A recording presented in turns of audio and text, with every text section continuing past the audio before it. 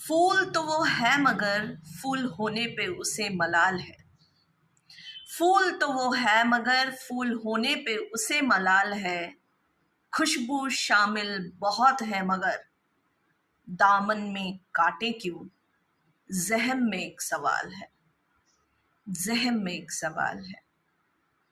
तो मेरे दोस्तों, मेरे मित्रों, मेरे साथियों, मेरे सहेलियों, मेरी सखा, अगर आपके जीवन में परेशानियां हैं, बहुत सारी हैं, तो वो कांटों के समान है। तो इस बात को भी याद रखिए कि आप गुलाब हैं और बहुत खास है,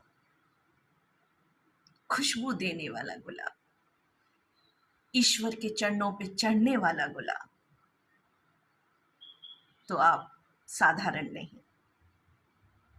thanks for watching this video. Thank you so much. Bye bye, take care.